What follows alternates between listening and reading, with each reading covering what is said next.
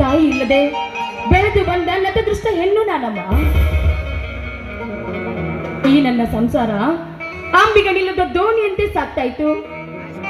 ಈ ಸಮಾಜದಲ್ಲಿ ಎಲ್ಲರೂ ನನ್ನನ್ನು ದೂರ ಸರಿಸಿ ನಡೀತಾ ಇದ್ರು.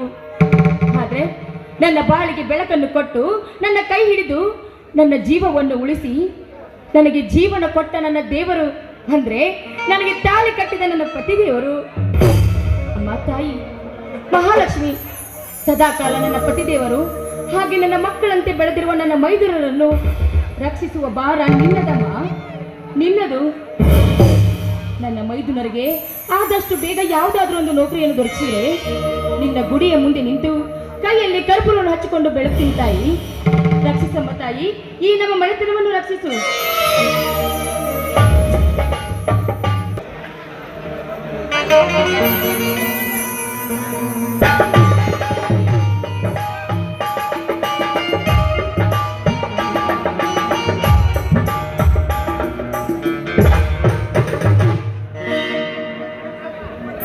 ಪಾರ್ವತಿ, ಸ್ವಾಮಿ, ಹೊಲದಲ್ಲಿ ಕೆಲಸ ಎಲ್ಲ ಮುಗಿಸ್ಕೊಂಡು ಬಂದ್ರ?